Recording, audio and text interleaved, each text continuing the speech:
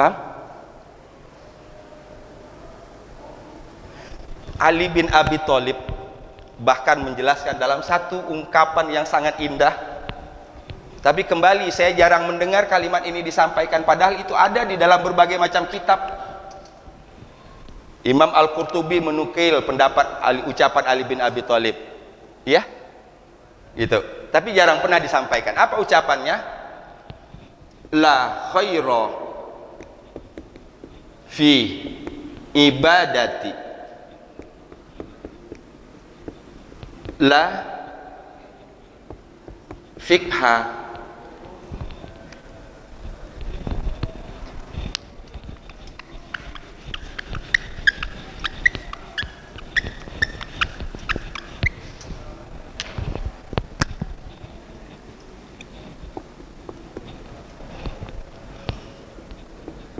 wala khaira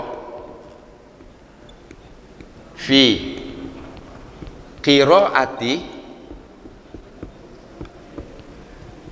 la tadabbara fiha.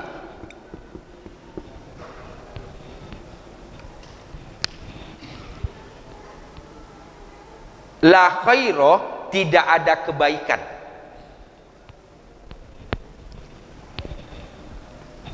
Ini kalau bahasa kitanya. La khaira, tidak ada kebaikan. Kalau dikembangkan lagi, tidak ada manfaat. Fi ibadah, pada ibadah, la fikha fiha, yang tidak berangkat, yang tidak dilandasi dengan pemahaman. Ini bukan pengertian, tapi pemahaman. Keras. Kalau saya sebutkan bahasanya nanti saya disebut ekstrim lagi, disebut garis keras lagi. Tidak ada kebaikan dalam ibadah apapun. Sholat, tidak ada kebaikan dalam sholat, tidak ada kebaikan dalam zakat, tidak ada kebaikan umroh, haji. La fikha, kalau menjalani semua ibadah itu tidak berangkat dari pemahaman. Yuk coba kita cek, orang yang berangkat umroh berapa banyak yang faham? Paling cuman ngerti, Pak Ustadz cara tawafnya gimana sih, Pak Ustadz cara sa'inya gimana sih, cara tahallulnya gimana sih. Itu cara itu pengertian. Faham lebih dalam lagi. Mengapa saya harus tawaf? Mengapa muter Ka'bahnya 7 kali? Mengapa setelah muter Ka'bah harus sa'i? Mengapa setelah sa'i harus tahallul?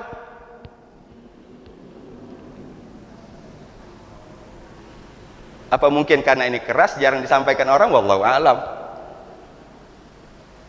Kita sholat Allahu Akbar, maka berkali-kali saya bukan menyalahkan perbedaan pendapat. Yang saya tidak setuju adalah terlalu memfokuskan bahasan di situ. Ini begini takbirnya, oh bukan, itu sejajar ini gini, oh bukan gini. Lah kok ini yang dibahas? Sekarang kalau saya sholat begini, Allahu Akbar, begini aja, sah nggak sholat saya? Saya nggak ngangkat tangan, sah nggak? Sah. Sibuk membahas hal-hal yang seperti itu, lupa membahas yang substansi. Mengapa sholat diawali dengan takbir? Itu kata kunci. Itu pertanyaan menarik. Itu arahnya nanti kepada fikha.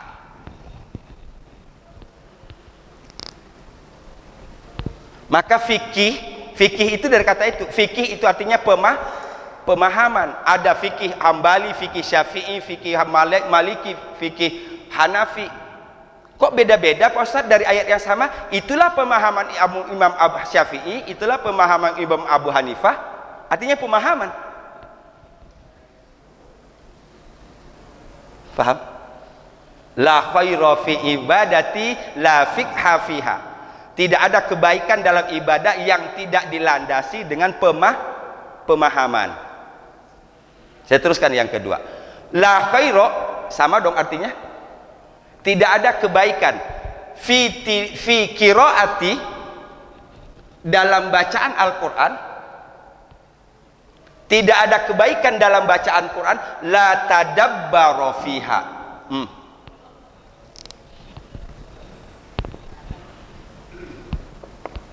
Tidak ada kebaikan membaca Quran yang tidak disertai dengan tadab. Mohon ampun kita kepada Allah kalau selama ini kita salah. Iya Pak Gung.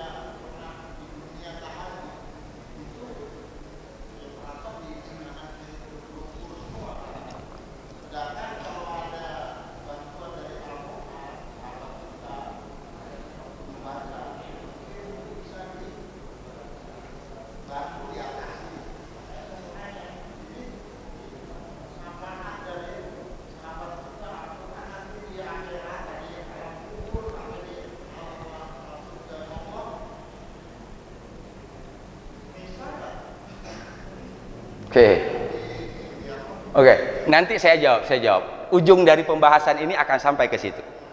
Ujung dari bahasan ini akan sampai ke situ. Tapi yang ingin kita sampai dulu, ini jadikan ini sebagai otokritik ya. Jadikan ini sebagai otokritik, mengkritik diri sendiri. Gitu. Kalau kata Ali bin Abi Thalib bahwa tidak ada kebaikan membaca Quran yang tidak dengan tadabbur, berarti yang dibutuhkan untuk dapatkan kebaikan itu adalah tadabbur. Di sini tidak disebut tafsir. Tapi tidak mungkin orang bisa mentadaburi kalau tidak melalui jalan tafsir. Ya contohkan begini.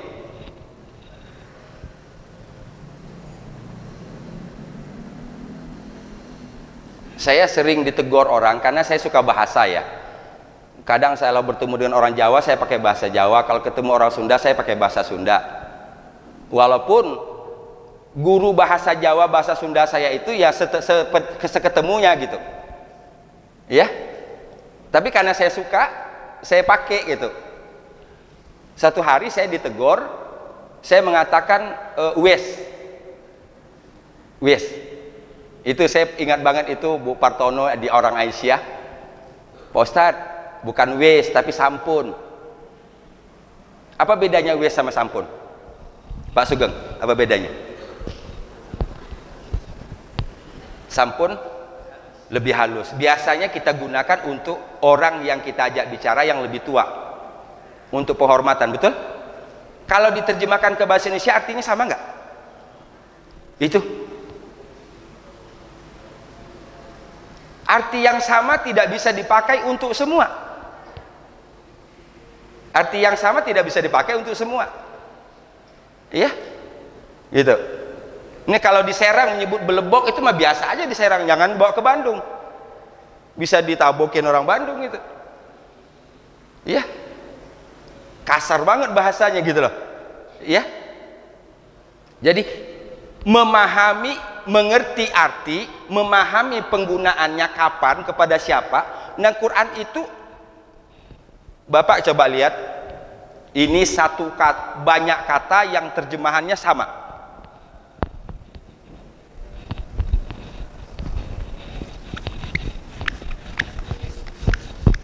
Banyak kata dalam Quran terjemahannya sama. Saya contohkan. Ya malun, yak sibun,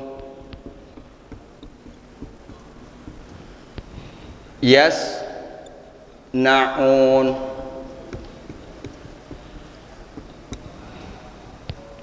yaf alun.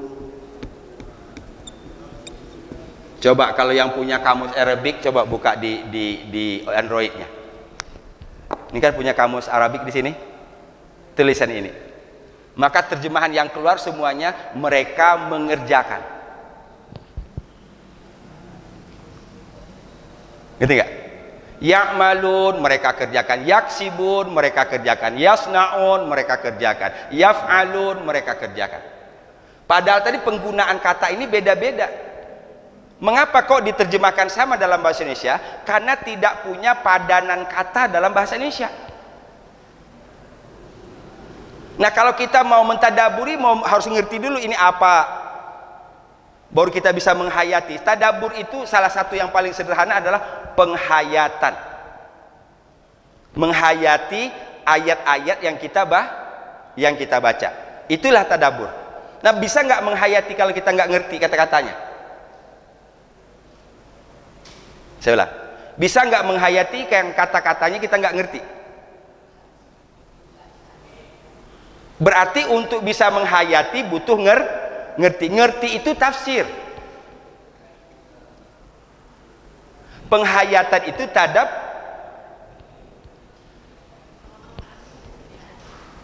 mengartikan itu harfiah.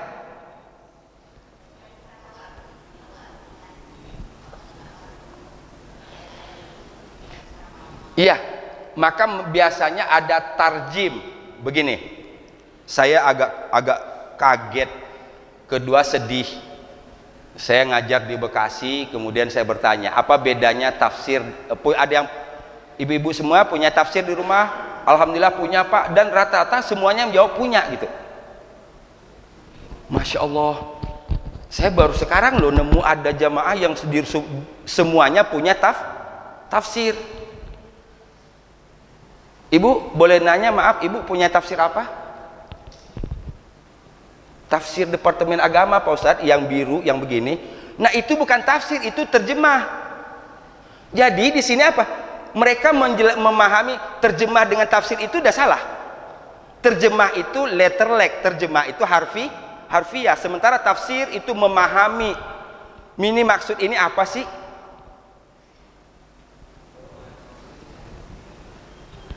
Dalam pengertian sederhana masih banyak yang belum seragam. Gitu. Iya. Nah, selama ini terus ditonjolkan, terus baca Quran. Sekian kali khatam. Betul. Bahkan dalam hadis, sayangnya lagi hadis yang kedua ini tidak disampaikan orang. Ini Ustadz banyak dosa nanti ini kalau nggak hati-hati. Yang disampaikan hadis tadi, man qara'al Quran, man qara'a harfam min kitabillah falahu hasanah. Siapa yang baca satu huruf dari Quran, baginya kebaikan. Kebaikan itu 10. Jadi satu huruf dibalas 10. Ada hadis lain, siapa yang membaca Quran kemudian mengi'rab itu artinya mengetahui asal usul kata, itu satu huruf dapat 40 kebaikan. Nah, kita yang 10 aja udah senang banget coba. Susah banget untuk diajak naik kelas ke 40. Jangan satu orientasinya 10, satu kalau bisa dapat 40, minimal 40, minimal 100.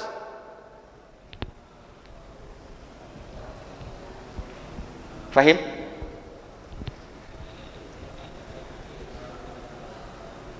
Nah, untuk bisa menjembatani tadi dari Quran kemudian mengamalkan, maka di tengah-tengahnya ada dua tadi, ada tafsir, ada tadabbur. Sederhananya begini, tafsir itu ini di sini. Memikirkan ini ayat ini apa maknanya apa. Sementara tadabbur itu di sini. Sekarang saya beri contoh dulu sederhana yang kita sudah hafal. Al-Fatihah. Bagaimana kita mentadabburi ini?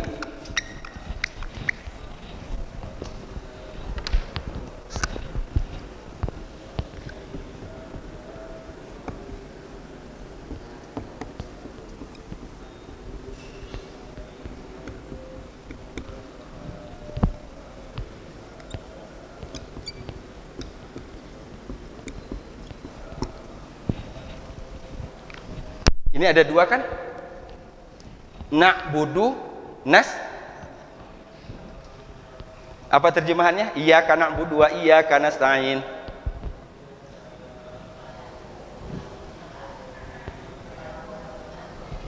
Oke, saya jelasin ini dulu. Iya, ini diartikan hanya kepada.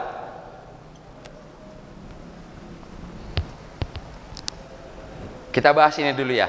Harapan saya mudah-mudahan hasil dari pelajaran kita malam ini, kita dapat mentadaburi satu ayat ini sudah luar biasa. Karena kita bawa dalam sholat. Ketika kita jadi makmum, kita lebih khusyuk bisa mentadaburinya. Sekarang misalnya begini, saya minta tolong nih, ini kan banyak nih. Dari sini saya minta tolong, terakhir satu-satunya yang minta tolong nih. Yang lain sudah, yang lain nggak ada yang bisa nolong nih. Harapan saya tinggal satu, Pak Hartono nih. Kalau yang ini ilaika, kepadamu. Yang terakhir nggak bisa ilaika lagi, iyaka. Beda nggak? Artinya sama, kepadamu. Ilaika, kepadamu saya minta tolong. Ilaika, kepadamu saya minta tolong. Ilaika, kalau sudah habis satu ruangan, tinggal satu nih. Semuanya nggak ada yang bisa nolong, tinggal satu. Nggak bisa pakai ilah lagi, tapi iya. Kalau saya masih pakai ilah, berarti masih ada orang lain lagi. Fahim?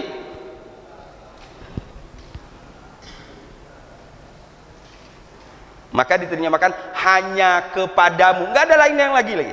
Udah mentok itu. Dua, na'budu dan nas. Sekarang coba bandingkan dua ini sama ini. Bandingkan.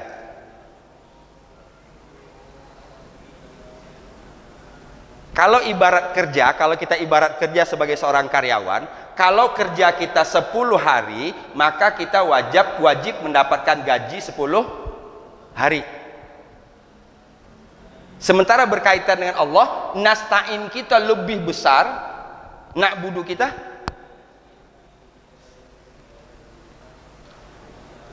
Saya ulang, ini namanya kewajiban, ini namanya hak. Maka berkali-kali saya sebutkan, dalam Islam bukan hak dan kewajiban. Konsep itu salah, kewajiban dan hak. Maka kalau saya diminta nasihat perkawinan, saya suruh coret itu buku pernikahannya, ubah khusus hak dan kewajiban, ubah kewajiban dan hak. Karena dalam Islam konsep Al-Fatihah bukan hak dan kewajiban. Kewajiban dulu, na'budu kewajiban kita, hak kita adalah nas.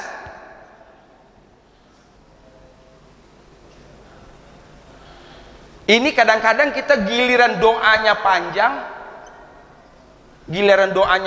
giliran sholatnya sebentar.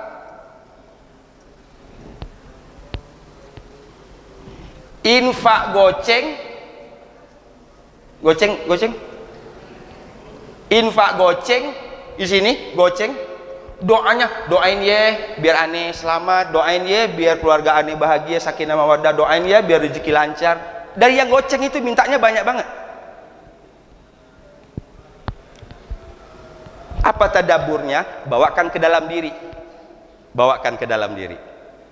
Na'budu kita kepada Allah sudah seberapa banyak?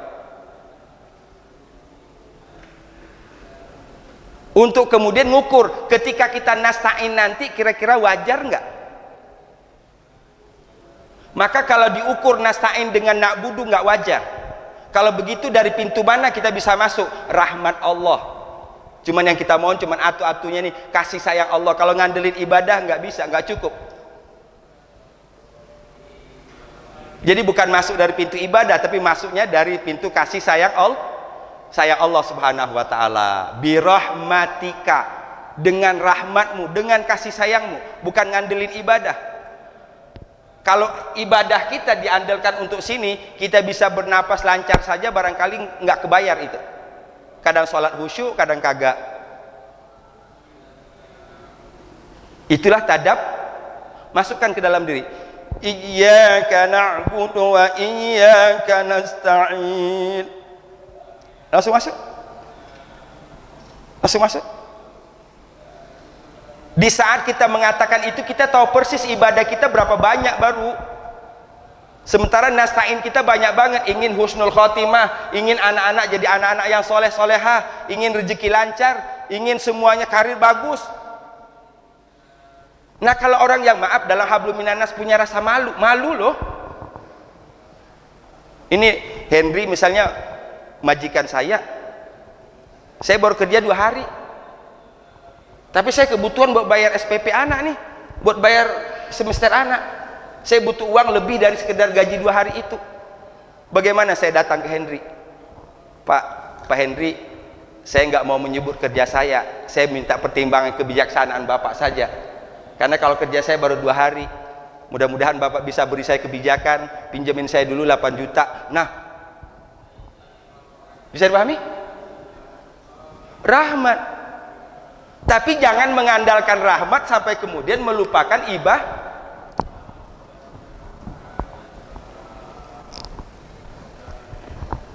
Itulah yang saya kritisi selama ini. Kadang-kadang kita lebih mengedepankan tilawahnya. Syarat imam itu memang betul harus tartil, ya. Syarat imam itu harus tartil. Tapi kalau ada orang yang tartil dan yang lebih faham, maka pilih yang tartil dan faham. Bisa dipahami? Mudah-mudahan jadi kriteria imam nextnya. Kalau ada orang yang tartil, yang lain ada yang faham tapi tidak tartil, utamakan yang faham ini.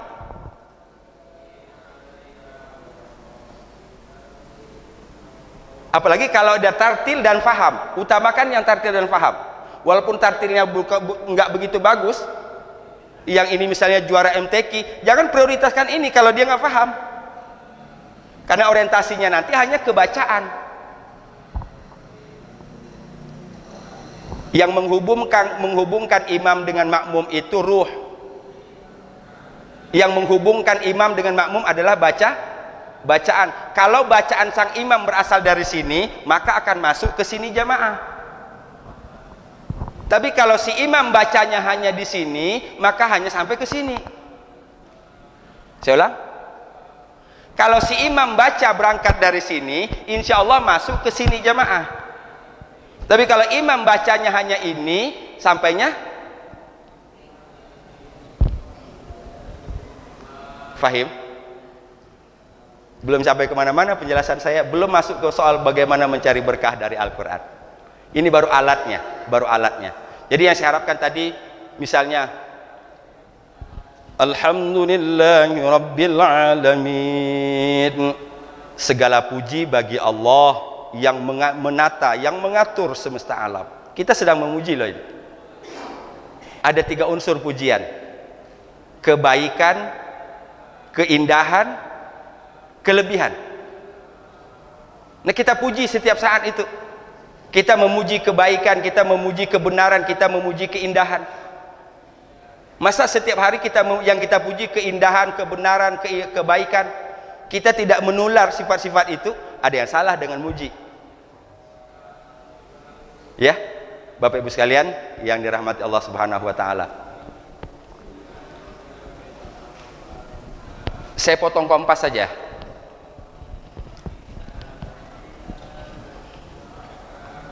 Bagaimana mendapatkan berkah Al-Quran? Bagaimana mendapatkan berkah Al-Quran? Surat 38 ayat 29. 38-29, berkah itu dapat dengan tadab, bukan dengan tilawah. Berkah itu didapat dengan tadabbur, bukan dengan tilawah. Ya. Nah, cuman menggeser. Ini saya bilang tadi, menggeser. Ya, dari tilawah ke tadabbur itu tidak mudah. Karena orang kita masih asik dengan tilawah. Kalau bahasa Sundanya ngerti ente yang dibaca. Ngerti ente? Ya, untuk dapat berkah Quran itu salah satu diantaranya adalah dengan tadab, lihat dabbaru ayatihi waliyadzakkara ulul albab. Hendaklah mereka mentadaburi ayat-ayatnya, dan hendaklah orang-orang yang mempunyai akal mengambil pelajaran dari ayat yang dia baca. Ada 2. Ada tadabbur, memahami dengan hati. Ada mempelajari, dapat Logikanya semakin banyak kita baca Quran, semakin banyak ilmu yang kita dapat, semakin banyak baca Quran, semakin bersih hati kita, semakin banyak ayat yang kita baca, semakin memiliki sense, ya, memiliki kepekaan. Makanya tadi afala yatadabbarunal Qur'ana am ala qulubin aqfaluha. Mengapa mereka tidak mentadaburi Quran, ataukah di hati mereka ada penyumbatnya? Terakhir, saya sampaikan hadis berkaitan dengan pertanyaan Pak Agung tadi. Saya mohon keseriusannya 5 menit aja.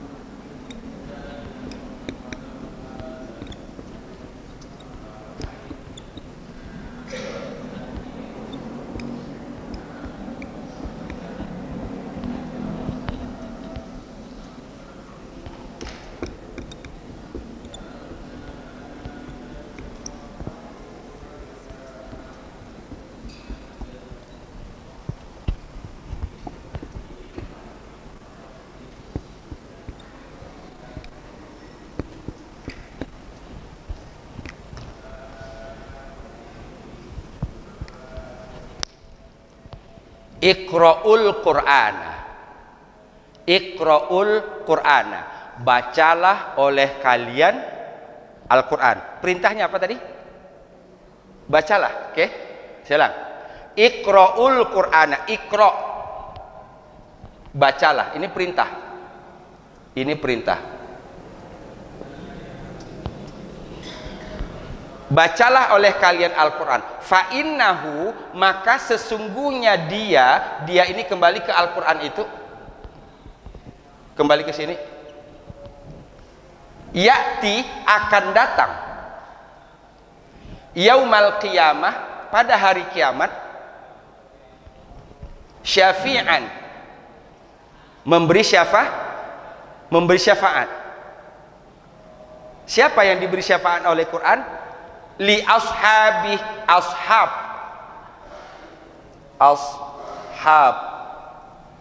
Ashab itu bahasa kitanya sahabat. Oke. Saya minta kekritisan sahabat semua 5 menit. Ada yang perlu dikritisi dari hadis ini. Perhatikan awal dan akhir. Awalnya, bacalah oleh kalian Al-Quran. Perintahnya baca. Fa'innahu, maka ke Quran itu akan datang, yakti yaumal qiyamah, pada hari kiamat, syafi'an, memberi syafaat, li ashabih, kepada sahabatnya. Kalau dari awal sampai akhir itu sama, maka berarti bukan li ashabih, li qori'ih. Li qori'ih.